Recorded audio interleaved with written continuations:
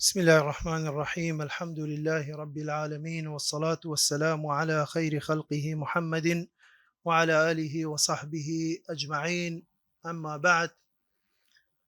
بەڕێزان خۆشەویستان، سەرەتا من دەستخۆشیەکی گەرمم هەیە بوو بەشی گەنجان بوو ئەنجامدانی ئەم چالاکیە بە بوونەی سەری ساڵی کوچی، و دەستخۆشیم هەیە بۆیان بۆ دیاریکردنی ئەم ناونیشانە بوو من کە ئەگەر چی حەقیقەت ئەمە ناتوانین بە ماوەیەکی کەم حەقی خۆی بدەینێ دەستگرتن بە سونەتی پێغەمبەر درودی خوای لەسەربی، و بە تایبەتی دوای کە برای بەڕێزمان مامۆستا ئەکبەر تیشکی خستە سەر بەشێکی زۆر کەم لەو زەحمەت و ماندووبوون و ئەو نەخۆشی و تێکوشانی هاوڵان و خودی پێغەمبەر درودی خوای لەسەربی، و تەنانەت لە دوای سەردەمی هاوڵان و شوێنکەوتوان و هەتا دوایی کە ئەوەی کە شارەزایی کەمی هەبی لە مێژووی ئیسلام و لە مێژووی سونەت و فەرموودە چاک دەزانی کە جهودی زۆر کراوە، تێکوشانی زۆر کراوە لەو پێناوە. بەڕاستی ناکرێ ئێمە کە ئەگەر خۆمان بە موسڵمان دابنین ئێمە بڵێن دەست بەو سونەتە نەگرین، ئێمە بە شوێن ئەم ڕێبازە نەکەوین، ئێمە ئەم نەهجە قبول نەکەین، ئەمە بەڕاستی ئێمە ئەو کاتە دوورین لە ئیسلام. بۆی ئێمە ئەگەر خۆمان بە موسڵمان بزانین بەڕاستی دەبی دەست بە سونەتی پێغەمبەر بگرین درودی خوای لەسەربی. وەکو باسم کرد ئەم بابەتە زۆر زۆر متەشعیبە، زۆر گەورەیە، زۆر فراوانە، بەڵام ئێمە هەوڵە دەین بە کورتی و بە خێرایی چەند شتێک ئاماژەی پێ بکەین بۆ ئەوەی گرنگی ئەم بابەتە زیاتر بۆ ئێمە دەرکەوی و زیاتر هاان دەربی بۆ هەمومان، بۆ ئەوەی کە ئێمە ئەم ڕێبازە، ئەم نەهجە، ئەم بەرنامەیە قبولی کەین و دەستی پێوە بگرین، و بۆ ئەوەی کە بتوانین بەڕاستی لە ڕۆژی دوایی بڵێن بەبەر شەفاعەتی خۆشەویستمان بکەوین درودی خوای لەسەربی، بۆ ئەوە ئێمە بتوانین فعلەن شتێکمان پێبی بڵێن ئێمە شوێنکەوتۆی بەرنامەی تو بووین، ئێمە بڵێن دەستمان بە سونەتەکەی تومان گرتبوو. بەڕێزان، خوای گەورە لە قورئانی پیرۆز لە زۆر جێ کە ئاماژە بەو بابەتە دەکا، و یەک لەو ئایەتانەی کە خوای گەورە ئاماژە بەوە دەکە کە پێغەمبەری خوا درودی خوای لەسەروی کردیتی بە ئوسوە و قودوە و پێشەوە و پێشەنگی مرۆڤایەتی و بەتایبەتی مسلمانان. لقد كان لكم في رسول الله أسوة حسنة. ئوسوە بەڕێزان پێشەوە، پێشەنگ، ئاخر ناکرێ کەسێک خۆی بە مسلمان دابنێ و پێغەمبەری خوا درودی خوای لەسەربی بە قودوەی خۆی، بە پێشەوای خۆی، بە پێشەنگی خۆی دابنێ و لە هەمان کاتدا دەست دووربی لە سونەتەکەی ئەو و دەست بە سونەتەکەی ئەو نەگری. و لە ئاەتێکی تر خوای گەورە هەڕەشە لەوانە دەکە کە فەرمانی پێغەمبەر درودی خوای لەسەربی پێشێلەکەن. فليحذر الذين يخالفون عن أمره أن تصيبهم فتنة أو يصيبهم عذاب أليم. بەڕاستی هەڕەشەیەکی زۆر گەورەیە بۆ ئەو کەسانەی کە دەست بە سونەتەکەی نەگرن کە خوان بە مسلمان دابنێن کە مصیبەت و بەڵایەکی زۆر گەورە بەسەریاندا دێت و تووشی عەزابێکی زۆر سەخت دەبن. بۆیە بەڕێزان چەند خاڵێکی کورت باسی سوودی دەستگرتن بە سونەتی پێغەمبەر درودی خوای لەسەربی باز دەکەین. خاڵی یەکەم پابەندبوون بە فەرمانەکانی پێغەمبەر درودی خوای لەسەربی و بە شوێن سونەتەکەی، ئەمە ڕێگای بەهشتە. ئەگەر ئێمە هەر یەک لەمە بەهشتی بێوێ بەڕاستی ئەمە ڕێگای بەهشتە، وەکو لە فەرموودەی صحیح کە لە صحیحیندا لە بوخاری و مسلم هاتووە کە ئەبوو هورەیرە دەجێرتەوە کە پێغەمبەری خوا درودی خوای لەسەربی دەفەرمی چی؟ كل أمتي يدخلون الجنة إلا من أبى. كل أمتي يدخلون الجنة إلا من أبى. کە دەفەرمێت هەموو ئومەتەکەی من دەچیتە بەهەشت ئللا ئەو کەسەی کە ڕەفزی بکە ئەوەی کە خۆی نێوێ بچی. ئەو جە هاوڵان فەرمووان وەمەن یەئبا یا ڕەسوول الله، بۆ کەسێک هەیە ڕەفزی بکە، کەسێک هەیە نێوێ، کەسێک هەیە پێی خۆش نەبی بچتە بەهەشت ئەی پێغەمبەری خوا. ئەو جا پێغەمبەر صلی الله علیه وسلم لە وەڵامدا فەرمووی من ئەطاعنی دەخل الجەنە ومن عصانی فقط ئەبا، ئەوەی کە گوێڕایەلی من بی، ئەوەی کە بە شوێن بەرنامەکەی من بکەوی ئەمە دەچیتە بەهەشت. ومن عصانی ئەدی ئەوەی کە سەرپێچی بکە، ئەوەی دوور بی لە سونەتەکەی من، ئەوەی پێی گرنگ نەبی، ئەوەی بەس بەناو مسلمان بی فقط ئەبا، ئەو دیارە ناوێ. کەواتە بەڕێزان گێڕایەلی پێغەمبەر درود خوای لەسەر بی دەزانن لە قورئانی پیرۆزدا 33 جار لە قورئانی پیرۆزدا خوای گەورە فەرمانەکە بە مسلمانان کە دەبی گێڕایەلی پێغەمبەر بن. ئەمە جگای لە ئیطاعەی خوا، لە دوای ئیطاعەی خوا کە ئیطاعەی پێغەمبەر درود خوای لەسەر بی بە مستەقلی بەسەر بەخۆی هاتووە لە 33 جار فەرمانەکە خوای گەورە. بۆیە خوا دەفەرمی چی؟ ومن يطع الرسول فقد أطاع الله، ئەوەی کە گێڕایەلی پێغەمبەر بکە وەکو ئەوەیە کە گێڕایەلی خوای گەورەی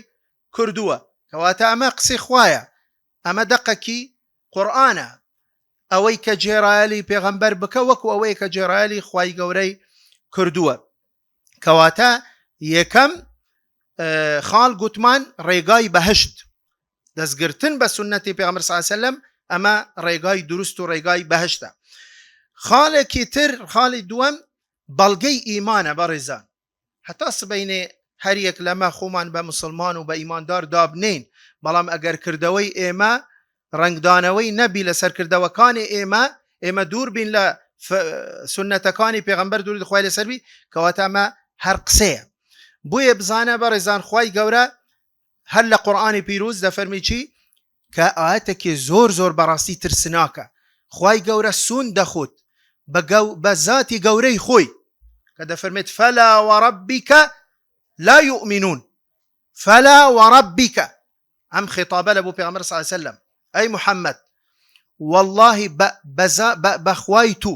یعنی سون بە ذاتی خۆی دەخوت خوای گەورە. کەواتە ئەمە یعنی چی؟ یعنی شتێکی زۆر گەورەیە، شتێکی زۆر گرنگە.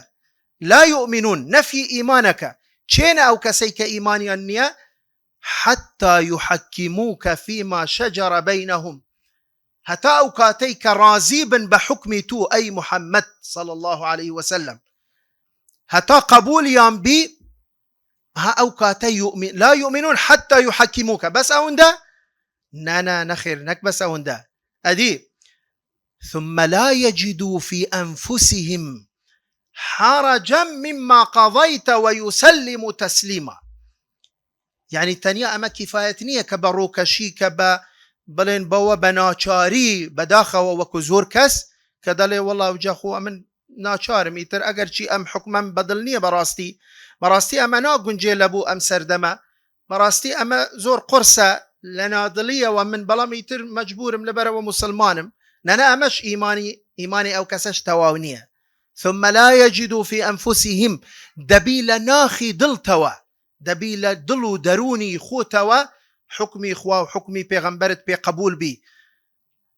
بەعقلم بشکێ یان نەشکێ، پێم ڕاز بیان پێم من چیم، هەتا من بێم تەحلیلی قسەی خوا بکەم و تەفسیری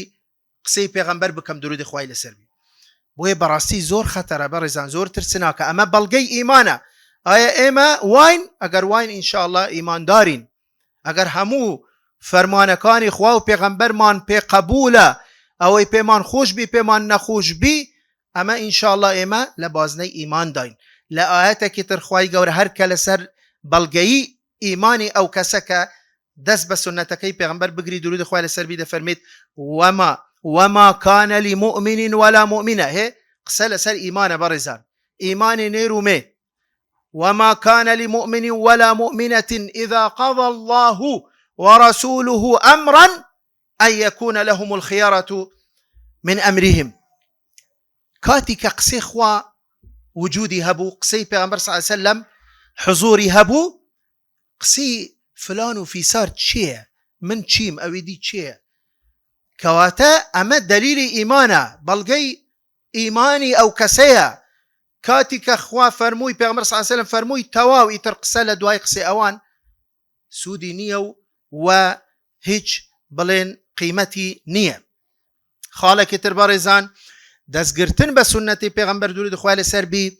ڕێگای بەدەستهێنانی خۆشەویستی خوایە و ڕێگای لێخۆشبوونی خوای گەورەیە لە گونەح و تاوانی ئەو کەسە. خوا چێ هەیە لە ئێمە، چێ هەیە لە موسڵمانان کە پێی خۆش نەبی کە خوا خۆشی بێوێ، خۆشەویستی خوای گەورە بەدەست بهێنی. بەڵگەمان چێ لەسەر ئەوە؟ بەڵگەمان هەر هەمان قسەی خوای گەورەیە لە قورئانی پیرۆز کە دەفەرمێت چی؟ قل إن كنتم خطابك لأبو پیغمبر صلى الله عليه وسلم قل إن كنتم تحبون الله پیان بڵێ ئەی محەممەد صلى الله عليه وسلم ئەگەر ئێوە بتانەوێت خوای گەورە ئێوەی خۆش بوێت و ئێوەش خواتان خۆش بێت فاتبعوني ئەمە ڕێگایەکەیە بە شوێن من بکەون فاتبعوني يحببكم الله أوجا ويغفر لكم ذنوبكم كواتا ڕێگای بەدەستهێنانی محەبەتی خوا و پێغەمبەری خوا درود خوای لەسەر بی و مەغفرەت و لێخۆشبوونی خوای گەورە لە گونەح و تاوانی ئەو کەسە دیسان دەستگرتنە بە سنەتی پێغەمبەر درودی خوای لەسەر بی. طبعا ئەگەر خۆشەویستی خوات بەدەستهێنا خۆشەویستی خەڵکیشت بەدەست دەهێنی، وەک لە فەرمودەیەکی تر هەر لە بوخاری کە هاتووە کە خوای گەورە دەفەرمێت لحديث قدسي كأي محمد صلى الله عليه وسلم بيان بلي هر كاتي كا من كسكم خوش ويست إذا أحب الله عبدا قال لجبريل يا جبريل إني أحببت فلانا فأحبه أي جبريل من فلان كسم خوش ويستوش خوشت بويد فيحبه جبريل ثم ينادى في السماء إن الله يحب فلانا فأحبوه أو جاء أهلي سماء ملائكة كان هموان أو ينخوش دوي أو جانك بسوا ثم يوضع له القبول في الأرض. سبحان الله لناو خلقش كسكي مقبولة بي كسكي محبوبة بي چه نعمتك لوا قولتر هي برزان خالك تر اويش قبول كردني كردوي إنسان و بوچال نكردني كردوكان إنسان. سبحان الله دقت بدا لو آياتك لسورة حجرات كخواي قورا باسي أوما بودا كده فرميت يا أيها الذين آمنوا أي إيمان داران لا ترفعوا أصواتكم فوق صوت النبي ولا تجهروا له بالقول كجهر بعضكم لبعض ده فرميت أن تحبط أعمالكم وأنتم لا تشعرون. سبحان الله وكزانيان ده فرمون أجر تنيا دنگ برز كرنا ولا حضوري پیغمبر درود خواه لسر بي ببیتە هۆی پۆچەڵکردنی کردەوەکانی ئینسان ئەدی دەبی ئەو کەسەی کە دوورە لە سنەتی پێغەمبەر صلی الله عليه وسلم ئەو کەسەی کە سنەتەکەی ڕەت دەکەتەوە ئەو کەسەی کە قبولی ناکە ئەو کەسەی کە ڕخنەی لێ دەگری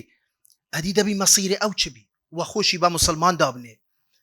تەنیا دەست دەنگ بەرزکردنەوە لە حضوری پێغەمبەر درود خوای لەسەر بی ئەگە ببیتە هۆی پۆچەڵکردنی کردەوەکانی ئەو کەسە ئەدی قوربەسەری ئەو کەسەی کە دوورە لە سنەتەکەی و پابەند نییە بە فەرمانەکانی پێغەمبەر درودی خوای لەسەر بی. بۆیە بەڕێزان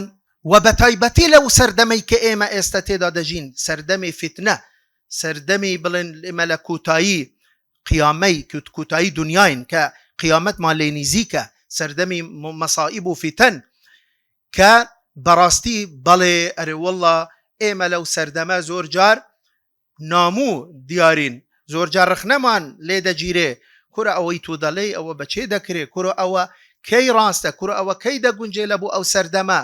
کورە ئەمە سەردەمەی پێشکەوتنە تو باسی چ دەکەی بەڕاستی دەبی ئارام و سەبرێکی زۆرمان هەبی وەکو پێغەمبەر درود خوای لەسەر بی کە دەفەرمێت ئەها ئەم ڕۆژانە باسی ئەم ڕۆژانەی ئێمە دەکە باسی ئەم ڕۆژانەی ئێمە دەکە کە دەفەرمێت إن من ورائكم أيام الصبر الصبر فيه مثل قبض على الجمر باشا العامل للعامل فيهم مثل أجر 50 رجلا يعملون مثل عملي بلام لا لبال أو برزان أم مسجينية وأم مجد قوري بيغمبر صلى الله عليه وسلم كذا فرميت أو كسيكا دەست بە سنەتەکەی من دەگری پابند بی بە فەرمانەکانی من هابە لە سەردەمی ئێمە لە سەردەمی فتنە دەفەرمێت ئەو کەسە خێری بەقەدەر خێری 50 کەسی حتا لە ڕیوایەتێک دەڵێ منهم یعنی دەڵێت هەر 50 کەسی خۆمان پێغەمبەر صلی الله علیه و سلم فەرمووی نەخێر منکم دەفەرمێنا وەڵڵا بە خێری بەقەدەر خێری 50 کەس لە ئێوە چونکە ئێوە لەگەڵ منە لە ناو مندان بەڵام ئەو کاتە لەو سەردەمە وەکو لە حەدیثێکی تر كإمام مسلم روايتك بدأ الإسلام غريبا وسيعود غريبا كما بدأ إما إسلام سردمين براستي شون لسر سرتا إسلام دا إسلام ناموبو آينك ناموبو هم كستقبولي ندكر تنانا تصور كي خواهي قورا دا فرميت لسا الزماني كافران كدا ينقول شي أجعل الآلهة إلها واحدا إن هذا لشيء عجاب يعني بصيغة مبالغة دەیان گوت هەرێ ئەڵاتان لێە دەزانی کەسێک دەرکەوتووە بەناوی محەممەد هاتووە دەڵێ هیچ خوایەک نەتەنیایەک خوانەبی بەڕاستی قسەیەکی سەیر و سەمەرایە قسەیەکی زۆر دوورە لە منطق و لە عەقڵ و لە لوجیک و چۆن دەکرێ ئێمە یەک خوامان هەبی مانەلمەکە بێ حەقیقەت ئەوەی کە زیاتر لە خوایەکی هەبی ئەمە پێچەوانەی عەقڵ و منطق و لوجیکە بەڵام هێ ئەوەندە ناموو بوو ئاینەکە لە ناو کۆمەڵگای جەزیرە عەرەبی لەو سەردەمە ئێمە ئێستاش وامان لێ هاتووە بەڵام بەڕاستی دەبی ئارامگر بین دەبی جێ بەو قسانە نەدەین دەبی ئێمە ئەگە بمانەوێ بەبەر شەفاعەتی پێغەمبەر بکەوین درودی خوای لەسەر بی دەبی دەست بە سونەتەکەی بگرین ئەوجا نەک تەنیا بە قسە و بە علم و بە زانست و بە وەرگرتنی خوێندنەوەی فەرموودە و بەلەبەرکردنی حەدیث و هەتا دوایە نەخێر بەلکو بە تەطبیقەکە و ئێمە باسی تەطبیقەکەین باسی جێبەجێکردنەکەی بۆیە خەتیبی بەغدادی لە سەردەمی خۆی بینی زۆر کەس خەریکی ڕیوایەی جێرانەوەی فەرموودە و لەبەرکردنی فەرموودە و مەجالیسی حەدیث و ئەوانە بەڵام بینی کرد لە ڕووی ڕنگدانەوەی ئەو سنەتە و ئەو حەدیثانە لە ژیانی ئەواندا لە ڕووی کردداری و لە ڕووی عەمەلی لاوازن هەستا کتابێکی نوویسی بەناوی اقتضاء العلم بالعمل كتابك نويسي كأمام علمه بشي لو علمه بكم حتى لو كاتا ديانقود كاكا أتوك خركرنوي علم وكو أوي كسك شك سلاح خربكتوا ديانقود أو سلاح لو تشيتا أجر تو إيشي بينكي كاري بينكي يعني تو بس خريكا وأدي كي شري بيدكي كواتا عبرات لتشيا عبرات لبابندبون ولكرداري ولإيش بيكردنا بوي وكو إمام مالك وصفي سنة كذا فرميت السنة سفينة نوح ده فرميت من صعد نجا ومن تخلف غريق ده فرميت أو كسيكا وكو سفينة كشتي نوحة أو إيكا شونا ويجي خوي كرده ولا بي أو رزقار بي أجرنا أو غرق بي بوي وكو إمام أبو بكر ده فرمو والله پێغەمبەری خوا درودی خوای لەسەر بی هەر کردەوەیەکی کە دەیکرد ئێلا من دەچووم وەکو ئەو کردەوەیم دەکرد بوو ئەوەی دەترسام چونکە ئەگەر نەکەم لە ڕێ وەکو بڵێ من لەسەر ڕێی لام داوە وە گومڕا بوویمە ئیمامی عومەر کاتی کە چوو تەوافی دەکرد لە دەوروبەری کەعبە کە چوو بەرامبەر بەردەڕەشەکە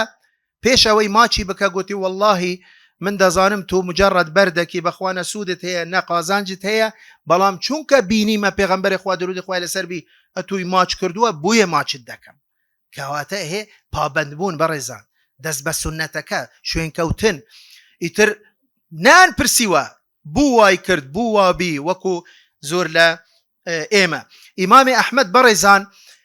مسنەدەکەی کە گەورەترین بە گەورەترین کتاب لە کتابی حەدیث ئەژمار دەکرێت کە زیاتر لە 40,000 حەدیثی تێدا دەفەرمێت هیچ حەدیثێک نییە لەو حەدیثانەی کە کردیتە ناو ئەم کتێبە ئللا ئەو ئیشی پێکردووە کاری پێکردووە ئەو جا کردیتە ناوی حتا تەنانەت دێتە سەر ئەم حەدیثەی کە پێغەمبەری خوا درودی خوای لەسەر بی کاتی کە جارێک حیجامە دەکە کە لە شاخ دەکە دەفەرمێت ئەبوو طەیب ئەوەی کە ئەو کەسەی کە بووی کردووە دەفەرمێت پێغەمبەر صلی الله علیه و سلم دینارێکی داوێ طبعا دینارێ زێر ئەو کاتە بەقەدەر مسقالێکی زەیرە ئێستا دەکرد کە 4 غرام و چارێکێک دەفەرمێت ئیمامی ئەحمەد من ئەم حەدیثەم نەکردە ناو مسنەدی خۆم هەتا ئەو پارەیەم خڕ کردەوە توانی منیش حیجامەکە ئەنجام بدەم و عینەن دینارێکی زێر بدەمە طبعا یەک مسقال زێر ئێستا بەس بە سعرێ ئەمڕۆ 500,000 خۆمانەکە ئێستا ئێمە بە 10,000 بە 15,000 حیجامە دەکەین. یەک مسقال زێری ئیمام ئەحمەد دەفەرمێت ئەمە دایە ئەو کەسە ئەوجا ئەم حەدیسەی کردە ناو مسنەدەکەی خۆی. ها ئەو هابوون بەڕێزان. بۆیە بەڕێزان چەند نموزەجێک چەند نمونەیەک باسەکەم وەکو باسم کە لە سەرەتای قسەکان کە ئەم بابەتە زۆر گەورەیە زۆر فراوانە لەوەی کە ئێمە حەقی خۆمان بدەین، بەڵام بەس بۆ ئەوەی ئێمە خۆمان دوایێ بزانین ئێمە لە چی شوێنەکەین، ئێمە بەراوردی خۆمان بکەین بە جیلی سەردەمی پێغەمبەر صلی الله علیه و سلم، بە هاوڵان، بە شوێنکەوتوان، بە زانایان، بە مسلمانانی پێشوو، بۆی بزانین ئێمە ئایا ئێمەش خۆمان بە ئیماندار و بە مسلمان دادەنین فعلەن ئێمەش وامان کردووە، ئێمە ئەو هاینە یان نە. چەند نمونەیەک طبعا کاتەکە ئەگەر تەوا بووە ئاگادارم کەنەوە وەختی کۆتایی پێدەین. فرمودەیەکمان هەیە طبعا ئیمام مسلم ڕیوایەتەکە، من هەوڵم داوە هەموو ئەو قسانێک کە ئێستا دەکەم هەموو لە فرمودەی صحیحی پێغەمبەرن درودی خوای لەسەر. ئەو فرمودەیە مەشهورە بە فرمودەی تەعبیر النەخل. تەعبیر النەخل طبعا ئێمە باسی کوچەکەین، کوچی هاوڵان بوو مەدینە، هەلەو کاتەی کە دوای کە کوچیان کرد پێغەمبەریش درودی خوای لەسەر بی کە کوچی کرد، بینی پێغەمبەر صلی الله علیه و سلم بینی ئەوانەی کە دارقەسپیان هەبوو کە متربەیان دەکرد، نێر و مێ متربەیان دەکرد، طبعا ئەوان ئیشی خوان بووە، چەند ساڵە ئەو ئیشیان کردووە کە دەیانزانی بەو کارە بەرهەمێکی زۆر زۆر زیاتر دەگەت بەدەستیان. بەڵام پێغەمبەر صلی الله علیه و سلم کە بینی فەرمووی ئەوانە چ دەکەن؟ گوتیان وەڵڵا ئەوە متربە دەکەن، یولقحون الذەکر بالئونثى. گوتیان پێغەمبەر صلی الله علیه و سلم فەرمووی وەڵڵاهی وا بزانم ئەگەر نەشکەن ئاساییە، ئەگەر نەشکەن هیچ وەکو بڵێن تەئسیر ناکە، مجرد بەو قسەیە. بەڕێزان مەوزوعی شاهات لەو فەرمودەی ئەوەیە، مجرد بە دەربڕینی قسەیەک لە بابەتە کە بابەتەکە صرف بابەتێکی دنیاویە و بابەتێکی تەجریبیە ئەزمونیە، بابەتێکی پسپۆریە. طبعا ڕیوایەتەکان کە لە صحیح مسلم سێ حەدیثمان هەیە هەر تایبەت بەو فەرمودەیە بەو واقعەیە. طبعا لە هیچ ڕیوایەتێک نهاتووە کە تەنانەت کەسێک هاتبی قسەیەکی کردبی، حیوارێک ڕووی دابی لە نێوان ئەو پێغەمبەر صلی الله علیه و سلم، لە نێوان چەند کەسێک و لەگەڵ پێغەمبەر صلی الله علیه و سلم. ئەی پێغەمبەری خوا هەرێ باشە ئەم قسەی کە تو دەفەرمی هەرێ تو دڵنیای لەوە، هەرێ ئەمە وحیە، هەرێ ئەمە یان ئەمە مجرد قسەیەکە وەکو تەجروبە، چونکە ئێمە دەزانین ئەمە ئیشی ئێمەیە، ئەمە پسپۆریمەیە، ئەگەر وا بوو ئێمە وامان دەکریان نە یەکسەر تەسلیمە بووین. بەڵام هەموویان دەستیان هەلگرت لە متربەکردنی دارقەسبەکان، هەتا کەی هەتا دوای کە ساڵێک بەسەر چوو بەرهەمەکەیان نەما، هەر زۆر زۆر کەمی کرد. ئەو جا گەڕانەوە خزمەت پێغەمبەر صلی الله علیه و سلم، ئەی پێغەمبەری خوا پارێ ساڵی پار هاتین ئەتوو ئەو هات فەرمووی ئێمەش وازمان لە هینا. ئەو جا پێغەمبەر صلی الله علیه و سلم فەرمووی چی؟ فەرمووی إذا حدثتكم من أمر دينكم فخذوا به وإذا حدثتكم من أمور الدنيا فأنتم أعلم بأمور دنياكم. ما بس موضوع شاهد ليرة أوي برزان خو أوان دڵنیا بوون لەوەی کە بەرهەمیان کە زەرەرەکەن، کە بەرهەم لە دەسەدەن، بەڵام پابەند بوون بە فەرمانی پێغەمبەر درودی خوای لەسەر بێ، کە فەرمانیش نەبوو، مجرد ڕەئی بوو، ڕەیەک بوو، دەربڕینی ڕەئی بوو. نمونەیەکی تر بەڕێزان ئەو فەرمودەیەش لە بوخاریە کاتی کە قیبلە دەگۆڕدرێ لە بەیت المەقدس لە بوو چێندەر لە بوو کەعبە کە هەمومان دەزانین، کە عەبدوڵای کوڕی عومەر دەجێرتەوە دەفەرمێت ئێمە لە ناو نوێژی بەیانیدا بووین، باشە لە ناو نوێژی بەیانی دەفەرمێت إذ جاءهم آت، تەنانێت تاکە کەسێک یەک کەس هات لە ناو نوێژ، یەک کەس هات فەرمووی ئێوە ئاگاتان لێ نییە دوونێ شەو ئاەت دابەزیوە و قیبلە گۆڕدراوە لە بوو کەعبە؟ طبعا بزانە لە ناو نوێژ چاوەڕێیان نەکرد نوێژەکە تەواو بی، هە لە ناو نوێژ فاستداروا إلى الكعبة، یەکسەر ڕویان لە بەیت المەقدس لە بوو چێندە لە بوو کەعبە، متمانەیەکی تەواویان هەبوو کە ئەمە سەحابیە لە خۆیەوە قسە ناکە، درو ناکە، مادەم خەبەری صادق المەصدوق لە پێغەمبەر صلی الله علیه و سلم دەجێرتەوە، یعنی بابەتێکی وا گرنگ بەڕێزان، نوێژەکە سنەتیش نییە، فەرزە، نوێژی بەیانی، یعنی نەیان گوتی کاکە باجارێک نوێژەکە تەواوکەین ئەو جا دوای خۆخوا کەریمە دوای دەپرسین ئەگەر زۆر وا بوو نوێژەکە دووبارە دەکەن، شتێوان نییە، پابەند بوون، قسەی پێغەمبەر صلی الله علیه وسلم هەموو شتێک دەبڕتەوە خلاص کۆتایی پێدێ بابەتەکە هەرچ بی گرنگ بی گەورە بی هەرچ بی. نمونەیەکی تر بەڕێزان کە هەر لە بوخاری هاتووە من بۆ هێندە خێرا حەزەکەم نمونونەکان باسکەم لەو کاتەی کەماوە کاتی کە عرق حرامە بی بە ئێکجاری خۆمە دەزانین عرق بە چەند قوناغێک ئەوجا بە ئێکجاری عرق حرامە بی. طبعا پێش ئەوەی کە عرق حرام بی خۆ حەلال بوو دەیان خواردەوە تەنانەت دوکانیان هەبوو دوکان عرقیان دروست دەکرد دوکانیان هەبوو. لەم حەدیسە ئەنەسی کوڕی مالک دەجێرتەوە دەفەرمێت من لە دوکانی ئەبوو تەلحەی ئەنساری بووم کە دوکانی هەبوو هەموو ئەو گۆزەی گەورەی هەموو پڕی عرقە طبعا هەمووی بە پارە خۆ بە ئاسانی ئەوە دروستیان نەدەکرد. دەفەرمێت و ئەبوو عوبەیدەی جەڕاحی لێبوو و ئوبەی بن کەعبی لێبوو دانیشتبوون عرقیان دەخواردەوە و دوکان بووە الحاصل. دەفەرمێت فەجاءهم ئاتین کەسێک لەوێ هات مسلمان سەحابیەک هات لەوێ گوتی ئەوە چ دەکەن خەریکی چین والله خەریکی عرقین چی بووە گوتیتی ئەدی نەتانزانی و عرق حرام بووە خوای گەورە ئاەتی دابەزاندووە وقد حرمت إن الخمر قد حرمت تخوا من و خۆت با بێخینە جێی ئەبوو تەلحەی ئەنساری کە ئەو دوکانە خوا دەزانی چەند مەسرەفی لێ کردووە ئەو عرقە چەند پارەی لێ داوە چەند زەحمەتی پێکێشتووە یعنی ڕەسەن چ بڕیارێک ئەگە من و تو بین چ بڕیارەکدن هەر عەلەقەل دەڵین کاکە باجارێک بزانین وایە یان وانە یان باجارێک بگەڕێنەوە خزمەت پێغەمبەر صلی الله علیه و سلم بەلکو ئزنێکمان بدە کاکە عەلەقەل ئەوەی هەموانە سەرفی کەین بفروشین دوای خوا کەریمە یان عەلەقەل تەعویزەک وەربگرینەوە ئێمە هەموو مەسرەفەمان کردووە بەڵام ئەمە قسەی خوایە قسەی پێغەمبەری خوایە. دەفەرمێت ئەبوو تەلحە بە منی گوت ئەنەس دەجێرتەوە دەفەرمێت بە منی گوت ئەنەس هەستە بڕوو ئەو گوزانە چ بکە بڕێژە و ئەو عرقە تەواو کۆتایی پێات. ئەنەسیش نامەردی نەکرد دەفەرمێت چووم تەورەکم هەبوو لە ماڵەوە چووم هینام هاتم ئەو گوزانەی لەوەی هەمووی لە بنەوە ژێرەوەم دەدا یعنی بۆ یەک قەترەش نەمینی لە ژێرەوەم دەدا لە حەدیسەکە دەفەرمێت هەمووم شکاندن فضربتها بأسفله حتى لا ژێرەوەش. ئەمەیە پابەندبوون ئەمەیە انقیاد و امتثال ئەمەیە ڕوولی ئیمان کاتی کە قسەی خوا دێتە پێش قسەی پێغەمبەری خوا دێتە پێش قسەی من و فلان و فیسار و تەنانەت سەحابیش هیچ حسابی بۆ ناکرێ. لە فەرمودەیەکی تر بەڕێزان کە ئیمامی موسلم ڕیوایەتەکە کە ئومو حەبیبە دەجێرتەوە ئومو حەبیبە خێزانی پێغەمبەرە درود خوای لەسەر بی کچی ئەبوو سوفیان کە باسی بابەتێکی صرف سنەتەکە کە دەفەرمی چی کە دەفەرمیت پێغەمبەر صلی الله علیه و سلم فەرمووی چی من صلى في كل يوم وليلة 12 ركعة بني له بهن بيت في الجنة. ئەمە قسەی چییە قسەی پێغەمبەری خوا درود خوای لەسەر باسی چ دەکات باسی 12 ڕەکعەتی نوێژی سنەتەکە سنەنی مؤکدە کە ئەمە دوو پێش بەیانی و چوار پێش نیوەڕۆ و دوو دوای نیوەڕۆ و دوای مەغریب و دوای عیشا 12 ڕەکعەتەکە هەر ئەمە فەرزە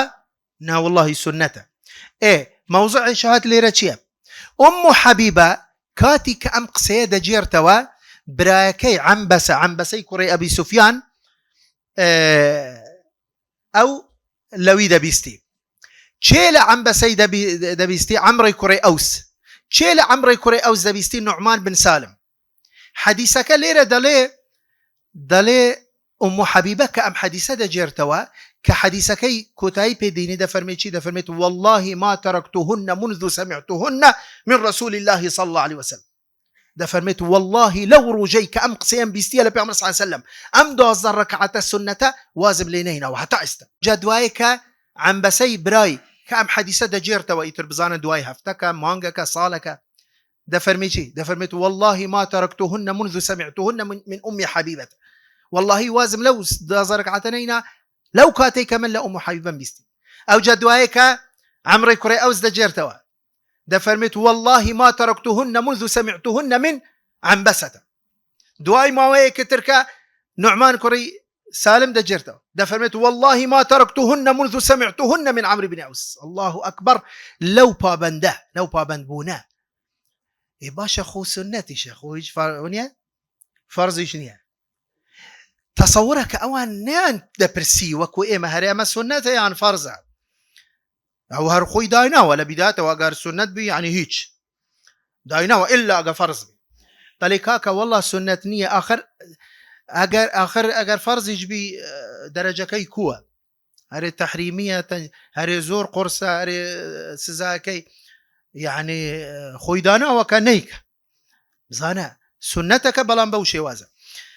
نازان دلي ما كم ما وقصة زور ما دو نمونة كوتاي بدينم نمونة كتر إمام علي ك لقل خزاني فاطمة روجك كتشي بيغمر صلى الله عليه وسلم فاطمة بسيارك بإذن ورقريلة هاوسركي دا فرميد من دمويد بتش ما خدمت بيغمر صلى الله عليه وسلم داواي خادمك دا كم خادم شاگردك بيت هاو كاريم بكم من ماندوم او ايش اذني دا كديتا مالي بابي ديتا مالي بيغمر صلى الله عليه وسلم لو كاتب بيغمر صلى الله عليه وسلم لمال نيه دواي خاتو عائشة لويا حالو وضعكي بيدالي دا قريتوا دواي كبيغمر صلى الله عليه وسلم دا قريتوا خاتو عائشة دا فرميت فاطمة كشت هاتبو او داواكاريه هبو بيغمر صلى الله عليه وسلم خوي ديتا مالي زواياكي مالي كشكي دا فرميت لو كاتل سر جيبون بيغمر صلى الله عليه وسلم شو بيني هردو كيان او جا فرمو داواكاري تان شبو او جا فاطمه كشي باسي داواكاري كيدك ضل والله من له او هاتبهم بيغمر صلى الله عليه وسلم فرموي افلا ادلكما على شيء خير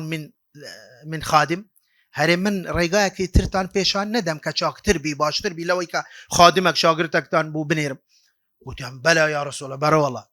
بيغمر صلى الله عليه وسلم فرموي دوای هر نویجک 33 جار بلی سبحان الله 33 جار بلی الحمد لله 33 جار بلی الله أكبر وفذلك لكما خير من خادم او چاکتر باشتر لخادم تخوا منو خو من بخينا جي امام علي وجي فاطمه كشي ده بموقف مان شبي ده بيكسر قبول كاين ما به هيج مناقشيك طبعا هيج گفتگوك روي ندوا هيج حوارك روي ندوا قلت يعني خلاص ما دام امقسي پیغمبر خدا درود خدا خلاص نقول باشا ما تشب بيوندي با خادمه وهي باشا من تاس بيني اساق ما اما بين وادلين دليل تاس بيني من تسبيحات والذكر بكم من ما اگر هر هلاك وما ندوبهم شو سودم ورقت هيج گفتگوك روي ندوا يكسر بالي جيبه جيانكر نك بس او ندج بريزان تصوركي امام علي لدواي شري صفين لسردمي امام معاويه لسيوحفتي كوشي خلاف اذا سيوحفتي كوشي لو كاتا روجك ام حديثه دجرتوا امام علي ام حديثه دجرتوا هندك ديار لو مجلسك لو بوينا امام علي دوايك حديثك دجرتوا دفرمت والله من لو كاتا تركم نكردوا بيش اويكا بلن لهمون ويجكان ام ذكرم كردوا نا دالي بيش بنوي نكلا دوين هموشو بيش بنوي بيش اوي بنوي دا فرمي من تركم نكردوا هموشو بيش اوي بنوم ام ذكرم كردوا حتى هيك بسيارك دالي حتى ليلة صفين دا فرميت اي امام اي قوري مسلمان تنانت شوي صفينيش لبيرت نتشو يعني بو لبروا بياني شري او شرا قوريه طبعا انسان فكري مشغوله وانيا لو اني ماندوه الشت لبيرك فرموي والله ولا ليله صفين والله شوي صفين من او ذكرم هر كردوا لبير من كردوا يعني بلايك نزيكي كل صال بيغمر صلى الله عليه وسلم فرموي خلاص اخونا يقولوا فرزه اخونا يقولوا اگر نذكر قلنا حد دقته بلام مادام قصي بيغمر صلى الله عليه وسلم مادام فرماني اوا وكو فرز وري قرتوا كوتا نمونا اگر چي نمونا زوره بابلن وش ماندون هل صحيح مسلم ك بيغمر صلى الله عليه وسلم سلامي كري اكوع دجرت ودا فرميت بيغمر صلى الله عليه وسلم روجك هات بياوكي اعرابي بيني نانخد بدستي تشب نانخد بيغمر صلى الله عليه وسلم فرموي كل بيمينك فرموي اي فلانكس بدا السراز بخو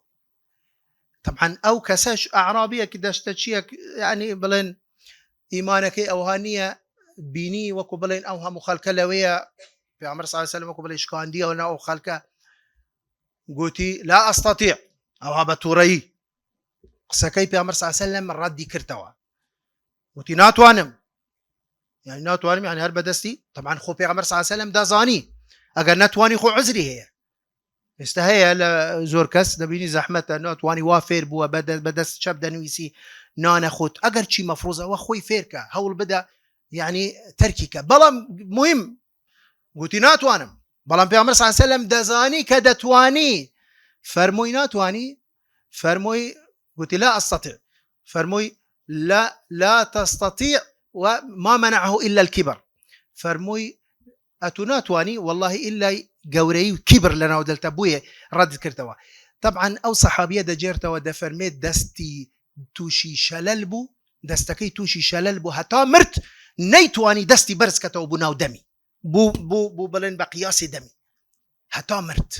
بۆیە ئەمە زانایان ئەم حەدیسە لەو بابە دەهێنن تعجيل عقوبة بلين من رد حديث النبي صلى الله عليه وسلم أو كفرمودي بيغمبر صلى الله عليه وسلم رد بكتوا أو كقبولينك خواي قورا سزاي ده حتى لدنيا بيش قيامت أما خواي سزاي قيامت أما جياع تنانت للدنيا فرمو أو كسا كما صحيح مسلم دهاتوا نيتواني دستي برس كتوا بو آستي دمي هتا مرت لبرچي لبروا قسەی پێغەمبەری ڕەت کردەوە درود خوای لەسەر بۆیە بەڕێزان وەکو باسم کرد نمونە زۆرە لەو بارەوە بەڵام ئێمە کاتمان بەسەر چوو بەوەندا ئیکتیفاکەین ومێدەوارین کە سوودێکمان وەربگری هەوڵ بدەین کە ئێمە ئەگەر بەقەدەر توانا بەقەدەر ئستیطاعە خۆمان شارەزا بکەین